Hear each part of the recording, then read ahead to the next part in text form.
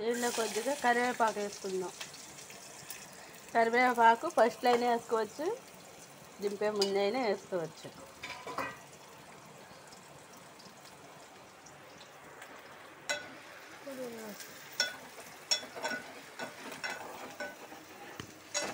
ధనియాల పొడి ఏదే ధనియాల పొడి ముందే ఏమిలే వేసేగా.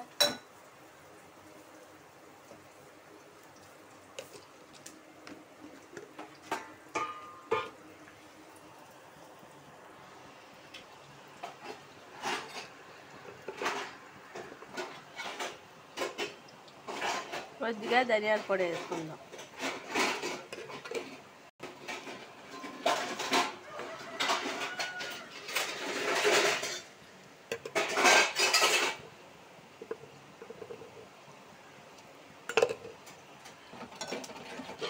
మీరు ధనియాల పొడి వేసుకుంటే వేసుకోవచ్చు, లేకపోతే స్కిప్ చేసేయండి. ఇప్పుడు మూత పెట్టుకుని కొంచెం ఎగరాలి.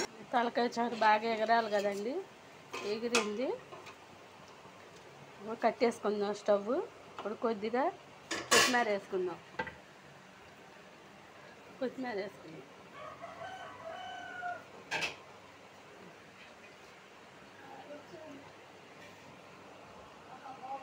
ఈ కూర నచ్చితే సబ్స్క్రైబ్ చేయండి, లైక్ చేయండి.